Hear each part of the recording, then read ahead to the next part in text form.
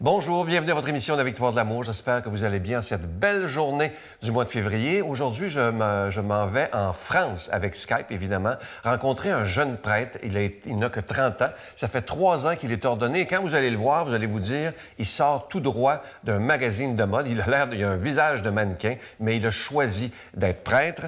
Il s'appelle Jean-Philippe Nollet. En chanson, une très, très belle chanson interprétée par Miguel. L'homélie avec le bon père Gauthier et la chronique hebdomadaire du bon père Michel-Marie de Paris.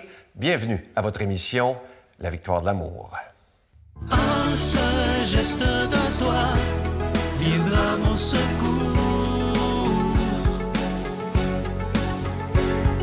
Viens semer dans mon âme le grain de l'amour. Je traverse un désert et je meurs de soif. Montre-moi le mystère qui garde la foi. Jean-Philippe, merci d'être là. C'est un plaisir. Tu étais en direct de la France, à Dijon, je crois, hein? Oui, au sud de Dijon à 1 heure, oui. Oui, parfait. Écoute, on va reculer dans le temps, si tu veux. Tu es un jeune prêtre, tu étais ordonné il y a 3 ans exactement. Oui, à 3 ans exactement. Oui. J'ai de la difficulté à croire que tu étais très désagréable quand tu étais jeune. Ça veut dire quoi, désagréable? Et pourtant, ça a été le cas, mais alors, pas longtemps, mais c'est vrai que de 10 à 12 ans, j'ai eu une période très turbulente où j'étais vraiment exécrable à la maison, mais aussi à l'école. Et c'est une période voilà, où j'ai fait des choses, je ne veux pas trop en parler pour pas donner de mauvaises idées, mais où j'ai fait des choses où j'aurais pu être en garde à vue à l'époque. C'était pas très recommandable. Toujours est-il que oui, j'ai eu une période de 10 à 12 ans, pendant 2 ans, où j'étais vraiment imbuvable. Imbuvable. Et qu'est-ce qui... Bon, tu as été éduqué dans une famille croyante, si j'ai bien compris. Oui. Et qu'est-ce qui fait... Oui. Oui, mais donc, à 10 ans, j'ai tout rejeté. Je n'allais plus à la messe, je ne priais plus. Tout cela n'avait pour moi aucun sens, quoi. Et pourquoi? Je sais pas, sûrement que c'était peut-être une petite crise d'adolescence en avance. J'avais pas envie de penser à tout ça. J'avais juste envie de m'éclater comme un jeune et surtout de ne pas travailler ni de prier parce que ça m'ennuyait. Et un jour, ton grand frère s'est inquiété pour toi et il a décidé de t'amener dans un pèlerinage à Lourdes. Alors, comment un jeune qui ne croit plus se sent à Lourdes? Eh bien, il s'est inquiété, oui, en effet, pendant plusieurs mois. Et donc, il a essayé différentes choses pour me sortir un peu de ma mauvaise passe. Et voyant que ça ne marchait pas, il a essayé une dernière cartouche. Et donc, il m'a invité à aller à un pèlerinage à Lourdes, ce qui en soi ne m'intéressait pas. Parce que donc c'était un camp de jeunes, donc c'était plutôt sympa. Mais passer une semaine dans un lieu de pèlerinage, c'était pas ce qui m'enchantait à l'époque. Mais on partait très peu en vacances, voire pas du tout. Donc, j'étais quand même content de partir de la maison. Je voulais aussi faire plaisir à mon grand frère et il m'a dit qu'il y aurait de très belles filles. Alors j'ai dit pourquoi pas. Mais c'est vrai qu'au début, quand je suis arrivé, je me rappelle la première journée, j'étais vraiment très déçu parce qu'il n'y avait rien à voir. Les belles filles étaient là, mais elles priaient toute la journée. Donc c'était pas très intéressant. Mais qu'est-ce qui s'est passé? Il s'est passé quelque chose à Lourdes à un moment donné, là, pendant la semaine, où tout a changé. Voilà, donc le deuxième soir de la semaine, donc il y avait une veillée de prière devant la grotte de Lourdes avec des chants de louanges, ensuite un prêtre qui a parlé. Et ensuite, on l'invitait, après la prédication du prêtre, à prier plus intensément chacun. Et donc là, je me suis dit, bon, tu t'es fait avoir, Jean-Philippe, c'est comme ça, mais essaye, quoi. Et donc là, je me rappelle plus vraiment de la prière que j'ai faite. Peut-être que j'ai dit au bon Dieu, bon, ben, un peu comme Saint Charles de Foucault, si tu existes, montre-le-moi. En tout cas, en 5 minutes, pendant 5-10 minutes, j'ai vraiment été retourné intérieurement. J'ai beaucoup pleuré. Ça m'était jamais arrivé de pleurer. Et depuis, je pense que je ne me rappelle pas avoir pleuré, mais en tout cas, là, pendant 10-15 minutes, j'ai énormément pleuré. Et j'ai compris que Dieu existait, qu'il m'aimait d'un amour fou. C'est vraiment une certitude qui est venue se greffer en moi. Et avec ça, j'ai voulu devenir prêtre. Mmh. Et tu avais quel âge à ce moment-là? J'avais 12 ans, donc. 12 ans, et tu étais sûr de vouloir devenir prêtre? Oui, c'était vraiment quelque chose de très sûr, même après, quand j'ai continué mon collège et mon lycée, comme on dit en France, Pour moi, c'était sûr. J'allais devenir prêtre. C'est ce que je disais à ma famille quand je suis rentré du pèlerinage. J'ai tout de suite dit à mes frères et sœurs déjà, mais aussi ensuite à mes parents, que j'allais devenir prêtre. C'était sûr. Et à mes amis proches aussi qui me le demandaient, je disais que pour moi, j'allais devenir prêtre. Ça faisait pas un plus. Et de 12 à 17 ans, tu n'as jamais remis en question cette décision-là? Non. Pour moi, c'était clair. Il y a même une fille un jour qui est venue me voir pour me demander de sortir ensemble. Bon, et je lui ai dit non. Même si elle me plaisait, je lui ai dit malheureusement, je vais devenir prêtre, donc ça ne va pas être possible. Et qu'est-ce qui fait... Bon, là, tu es ordonné depuis 2018. Qu'est-ce qui fait que... Bon, je disais dans mon ouverture tantôt, on dirait que tu sors directement d'un magazine de mode, tu as le visage d'un mannequin. Qu'est-ce qui fait qu'un homme comme toi décide de devenir prêtre avec la réputation actuelle de l'Église? Moi, il y a eu vraiment cet événement que j'ai vécu à 12 ans, j'ai pas vu la Sainte Vierge, je ne l'ai pas entendu non plus, mais il s'est vraiment passé quelque chose de spirituel en moi que je ne m'explique pas et qui a vraiment transformé ma vie. Et donc, pour moi, personnellement, c'est ça qui fait que je deviens prêtre aujourd'hui. C'est quelque chose que j'ai reçu qui est tellement immense qu'en fait, je peux plus vivre sans et je peux pas ne pas le partager. Et voyez-vous, vous parlez de la réputation actuelle des prêtres qui n'est pas au plus haut, mais tout ça, pour moi, n'atteint pas ce que j'ai vécu et la vérité de ce que j'ai vécu.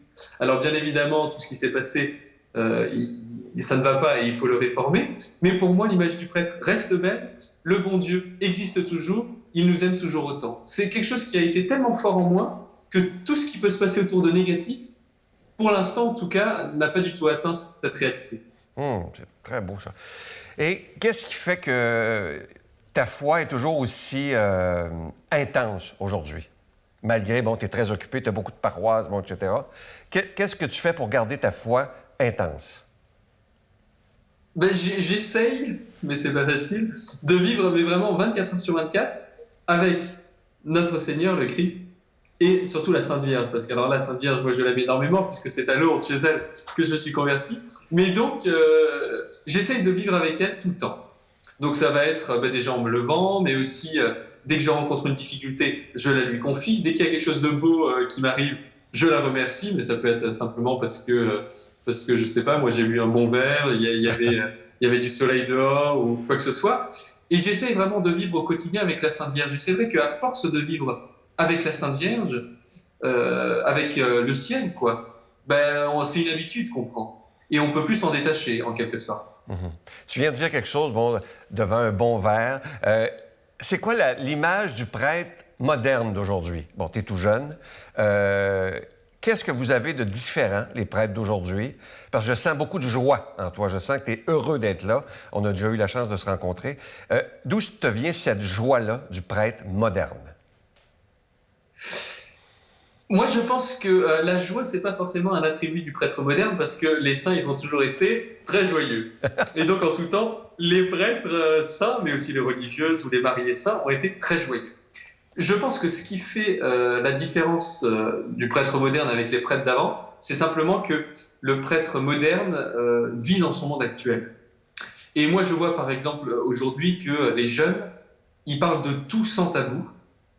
Et je pense que par exemple, un prêtre actuel, je ne dis pas qu'il faut parler de tout, mais il doit pouvoir aborder beaucoup de sujets facilement, ne pas être choqué par certaines choses, parce que la jeunesse actuelle, j'ai l'impression en tout cas, parle beaucoup plus facilement qu'avant. Par exemple, qu'il y a 100 ans, où il y avait plus peut-être de sujets tabous, où les enfants, par exemple, ne parlaient moins à leurs parents. Aujourd'hui, des enfants parlent à leurs parents, et moi, quand ils me parlent, parce que je m'occupe d'un patronage, ce qu'on appelle un patronage, donc je m'occupe d'enfants le mercredi après-midi, on fait des jeux, des devoirs, des activités, mais ils me parlent très facilement.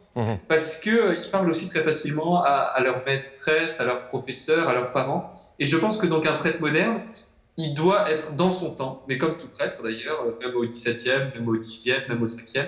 Et donc, entre autres, il doit parler assez facilement de beaucoup de sujets et ne pas avoir peur de répondre aux préoccupations de ses contemporains. Comme je disais tantôt, je me répète, tu n'as que 30 ans, les gens doivent se poser la question à la maison. Pourquoi la soutane? Qui est par choix, là, c'est vraiment par choix que tu portes la soutane. Parce que il n'y a rien de plus classe qu'une soutane. C'est vrai que c'est classe quand même. Une belle soutane, quand elle passe dans la rue, c'est magnifique. Alors bien évidemment, si on tire la tronche, ça ne sert à rien. Mais si on est souriant, c'est magnifique de porter la soutane. Il y a une petite histoire de saint François d'Assise.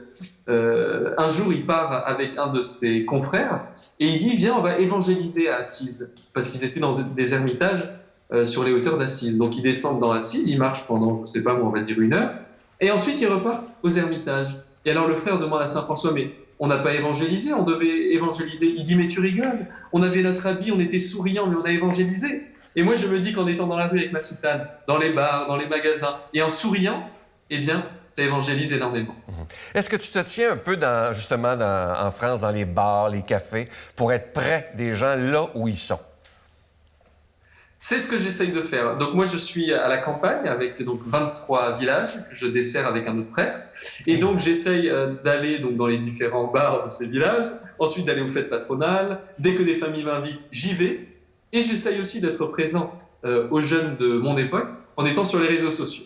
Oui, d'ailleurs, je te suis sur TikTok. D'où t'es venue cette idée d'être sur TikTok? Parce que tu me fais beaucoup rire. Eh bien, durant le premier confinement, les paroissiens, donc il n'y avait plus de messe, bien évidemment, et donc les paroissiens nous envoyaient des messages au curé et à moi pour me dire vous nous manquez, pour nous dire vous nous manquez. Donc moi j'ai fait des vidéos sur YouTube au début, tous les jours, pour parler aux paroissiens.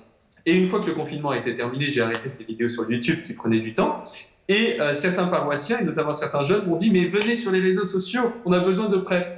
Alors j'ai commencé comme ça sur TikTok et Instagram à faire des petites vidéos. Et ça prend moins de temps que des vidéos sur YouTube.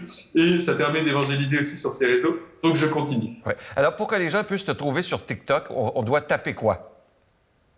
Il faut taper « Prêtre pour vous ». OK. Alors on va l'écrire à l'écran. « Prêtre pour vous ». Est-ce que c'est la même chose sur Instagram? Oui, et prêtre. Sur YouTube aussi. Et sur YouTube. Alors, prêtre pour vous, mais ça va être écrit au bas de l'écran. En terminant, Jean-Philippe, qu'est-ce qui te rend le plus heureux dans ta vie de prêtre depuis 3 ans? Eh bien, c'est justement de rencontrer les gens, surtout ceux qui sont loin de la foi, et de pouvoir discuter profondément avec eux. Quand quelqu'un me pose une question profonde et qu'on va discuter, par exemple, pendant 1 demi-heure et qu'on va avancer ensemble, sur des questions de fond, ça va être bien évidemment le sens de la vie, est-ce que Dieu existe? Mais alors là, ça me réjouit énormément parce que je me dis, j'ai donné l'amour du bon Dieu à quelqu'un qui n'a pas l'habitude de le recevoir.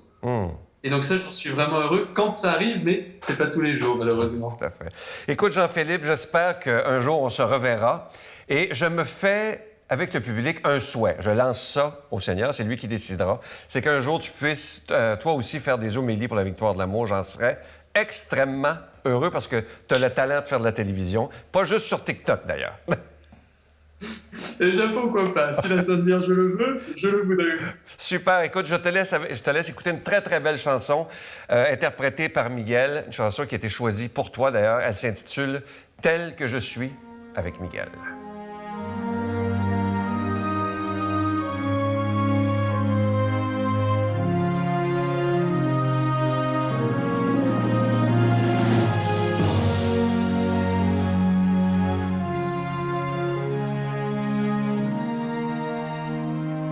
Je veux retrouver le bonheur, fatigué de chercher partout, avec tous les battements de mon cœur. J'ai besoin de ton amour. C'est le temps de prendre une décision, de reprendre le chemin. C'est le temps de vivre le pardon et de se donner la main. Peu importe le passé, la vraie vie va commencer. Me voilà, tel que je suis, je viens à toi, les yeux fermés. Je vis ma foi, me voilà. C'est le début d'une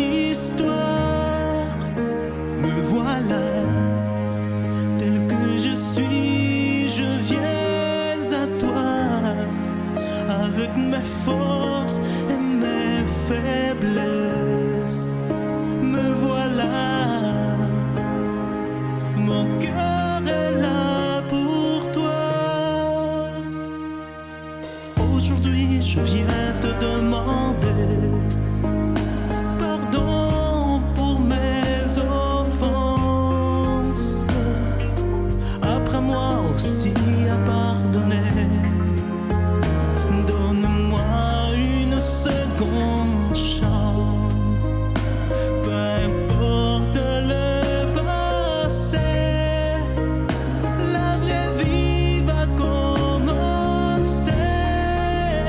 Me voilà, tel que je suis, je viens à toi, les yeux fermés, je vis ma foi.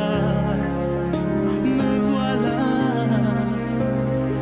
c'est le début d'une histoire.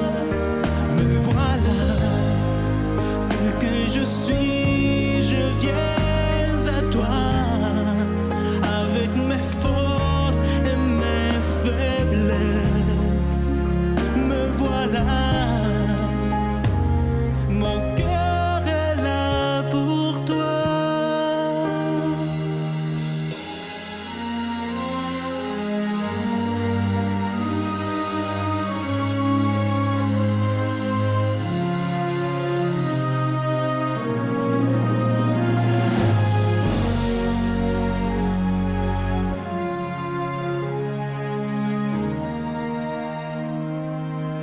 Me voilà.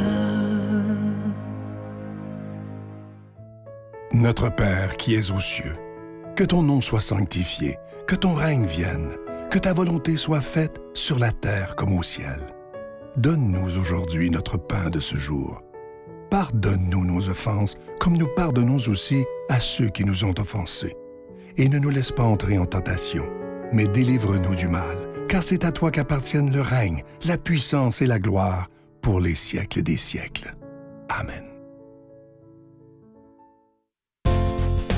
La Victoire de l'amour vous invite à sa retraite spirituelle les 20, 21, 22 mai 2022 sous le thème Gratitude. En compagnie du Père Michel-Marie Geneviève Côté, des docteurs Marie-Camille Duquette et Nicolas Michaud, Miguel Padilla et Sylvain Charon, invité spécial Christine Michaud, à l'hôtel et suite Le Dauphin de Drummondville. Réservé au 514-523-4433, sans frais 1-888-811-92-91. Voir le beau, apprécier le bon et faire le bien. Encore une fois, j'ai la joie de vous parler de ce magnifique cadeau du mois de février, une belle exclusivité de la Victoire de l'amour. J'en suis très fier d'ailleurs parce qu'il est beau, pas à peu près. Et attendez de le voir en vrai dans vos mains, c'est de toute beauté. Alors, il s'agit du pendentif de l'amour et de l'amitié. Il est en cristal tchèque, incluant la chaîne. Il est en acier inoxydable, donc la chaîne, ça ne ternira pas. Et ce bijou, il est déjà béni. Vous le recevrez avec un don de 25 $. Et si vous en voulez deux, avec un don de 40 $. Et si parfois vous en voulez trois, c'est avec un don de 60 $. Parce qu'après le premier, c'est toujours à coût de 20 $. Si vous en voulez quatre, un exemple, bien, c'est avec un don de 80 $. Je vous donne l'adresse, la Victoire de l'amour, case postale 120, succursale Boucherville à Boucherville, le J4B 5E6. Je vous la redonne. La Victoire de l'amour, case postale 120, succursale Boucherville à Boucherville, le J4B 5E6. Également par téléphone, par carte de crédit du lundi au vendredi de 8h30 à 16h30 dans le 514-523-4433, 523-4433 ou sans frais le 1-888-811-9291, 1-888-811-9291 et aussi sur notre site Internet qui est une façon très rapide, sécuritaire et efficace de faire votre don. C'est le www.lavictoiredelamour.org. Alors, je vous rappelle ce magnifique cadeau du mois. Il est vraiment très, très beau. Le pendentif de l'amour et de l'amitié, il est en cristal tchèque. Ça inclut la chaîne en acier inoxydable, donc ça ne ternira pas. Et ce bijou, il est déjà béni. Je veux prendre le temps de vous remercier de tout mon cœur de votre prière pour la Victoire de l'amour. C'est essentiel. Et cette semaine, bien, ça fait 27 ans que cette émission existe grâce à vous.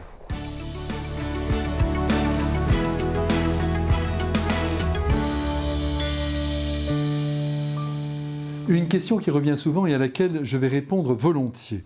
Les grands-parents peuvent-ils faire baptiser ou baptiser eux-mêmes discrètement leurs petits-enfants quand leur père et mère ne pratiquent plus ? Vous qui m'écrivez, je comprends votre souci et même votre inquiétude lorsque vous songez que vos petits-enfants grandiront sans avoir reçu ce sacrement à travers lequel Dieu vient habiter dans l'être de l'enfant. Et je ne peux malheureusement pas, faute de temps, développer ce point qui est si beau, Dieu dans l'âme humaine. Mais rassurez-vous, que l'enfant soit baptisé ou non, Dieu notre Père l'aime infiniment. Et croyez-moi, au cours de sa vie, que j'espère longue, il lui offrira de multiples occasions de le découvrir, jusqu'à l'inviter à demander lui-même le baptême. Il arrive d'ailleurs assez souvent que des enfants de 8 ans, de 10 ans, de 14 ans demandent le baptême. Et là, je vous assure que les parents ne s'y opposent jamais. Ils sont même émerveillés par la profondeur de leur démarche. Alors, soyez patients. Aussi, je vous déconseille formellement de mettre votre petit-fils ou votre petite-fille sous le robinet et de les baptiser, d'autant plus qu'ils ne sauront pas qu'ils sont chrétiens. La foi ne pourra donc pas se développer en eux, et il se peut aussi qu'un jour, en apprenant que vous les avez baptisés sans l'accord de leurs parents, ils se rebellent et tournent le dos à Dieu pour toujours. Attention, en revanche, n'ayez pas peur de parler de l'importance du baptême à leurs parents. Et s'ils vous disent qu'ils choisiront plus tard leur orientation religieuse au supermarché des religions ou des sectes, mettez-les en garde. Donc c'est entendu, suivez mon conseil. Je vous en supplie, ne les baptisez pas en cachette. Faites-leur plutôt découvrir, à travers votre bonté, le bonheur qu'il y a à vivre unis à celui que nous appelons Dieu et dont Jésus nous a montré le visage. Dites aussi à vos petits-enfants, avec finesse et au bon moment, qu'il y a plus grand que l'homme et qu'après la mort, dans 100 ans, ils le verront. Il faut absolument qu'ils perçoivent qu'ils ne sont pas, eux, des petits dieux qui ont tous les droits, y compris celui d'être égoïste et de dominer les autres. Voilà qui est essentiel, il faut qu'ils découvrent la présence de ce Dieu tout-puissant et très aimant. Vivre avec le Christ, c'est devenir beau dans notre humanité. Dites-leur aussi, dites-le à vos enfants et à vos petits-enfants. À bientôt. Je continuerai à croire, même si tout le monde perd espoir. Je continuerai à aimer, même si les autres parlent de haine. Je continuerai à construire, même si les autres détruisent. Je continuerai à parler de paix, même au milieu d'une guerre. Je dessinerai des sourires sur des visages en larmes et je tendrai les bras à ceux qui se sentent épuisés. Oui, je continuerai à croire.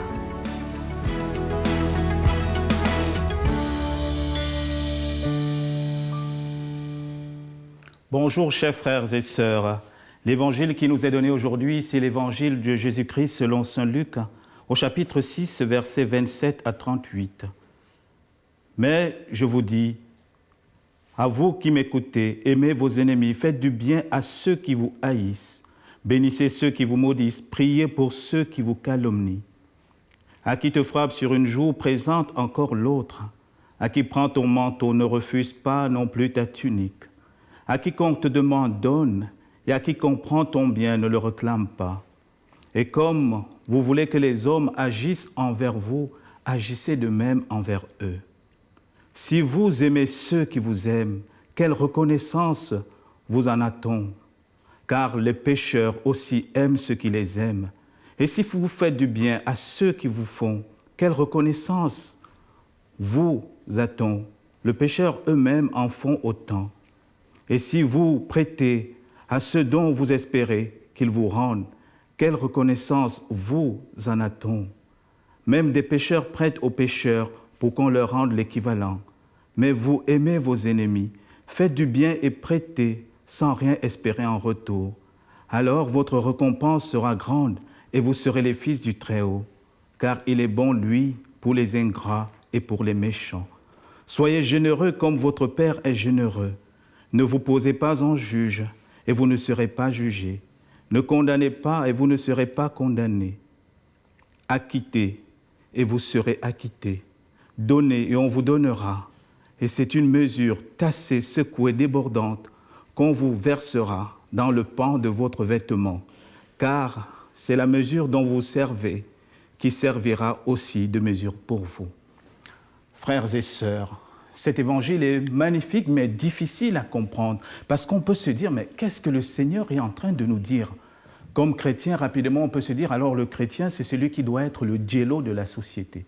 Vous voyez cette espèce un peu de personne qui accepte tout et qui donne tout, en fait. Ce n'est pas ce que le Christ veut nous dire dans cet évangile.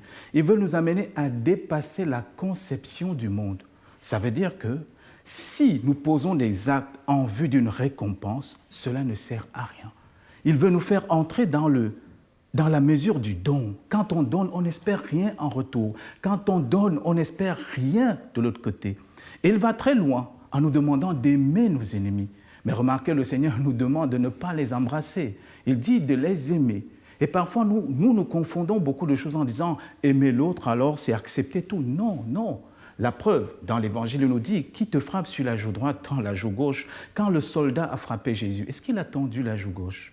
Il lui a posé la question « pourquoi me frappes-tu » Il veut nous montrer que le pardon, ce n'est pas de tout laisser passer. Le pardon, c'est de dire, au-delà de la blessure que tu m'as faite, j'accepte de redonner mon amour, mais avec une prudence.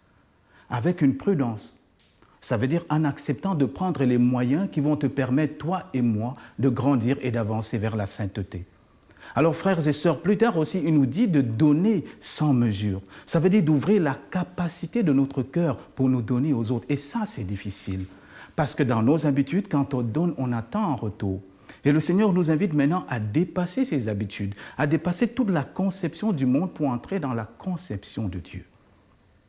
Et c'est là où on comprend que la vie chrétienne ne peut pas être une suite logique de la vie humaine. Sinon, ça n'a pas de sens. La vie chrétienne devient la présence de Dieu dans notre réalité humaine. Seul Dieu, dans ma vie, peut m'amener à aimer les autres à ce point. Seul Dieu dans ma vie peut m'amener à changer. Et donc le Christ nous donne un ordre de sainteté. Attention, pas l'ordre qu'il faut agir, mais un ordre de sainteté. La sainteté, c'est d'abord d'ouvrir la porte de son cœur à Dieu. Et c'est Dieu qui, dans mon cœur, va m'apprendre à aimer mes ennemis. C'est Dieu qui, dans mon cœur, va m'apprendre à pardonner. C'est Dieu qui, dans mon cœur, va même m'apprendre à dépasser les limites humaines. Alors, frères et sœurs, aujourd'hui, j'aimerais vous inviter à faire quelque chose de nouveau. Vous êtes chez vous à travers vos téléviseurs, peut-être vous m'écoutez à travers aussi votre voiture. Prenez un temps de silence. Fermez les yeux et dites, Seigneur, toute ma vie, j'ai été cherché. Et aujourd'hui, je veux que tu entres dans mon cœur pour m'aider à vivre les béatitudes. Parce que les béatitudes, c'est la vie de Dieu dans notre nature humaine. C'est la vie de Dieu dans notre condition humaine. Viens m'apprendre à aimer comme toi tu aimes. Viens m'apprendre à recevoir, à donner comme toi tu reçois et tu donnes, pour que ma vie devienne semblable à la tienne. Alors, frères et sœurs, en terminant, je veux aussi vous inviter à ne pas hésiter d'implorer l'Esprit Saint, parce que c'est l'Esprit Saint qui nous transforme. C'est l'Esprit Saint qui vient apprendre à notre cœur à donner cet amour. Alors, la bénédiction d'aujourd'hui, c'est pour que le Seigneur vous aide à recevoir son amour en abondance et qu'il vous bénisse et vous garde, le Père, le Fils et le Saint-Esprit. Amen. Je vous salue Marie, pleine de grâce. Le Seigneur est avec vous. Vous êtes bénie entre toutes les femmes, et Jésus, le fruit de vos entrailles, est béni. Sainte Marie, Mère de Dieu, priez pour nous pécheurs, maintenant et à l'heure de notre mort. Amen.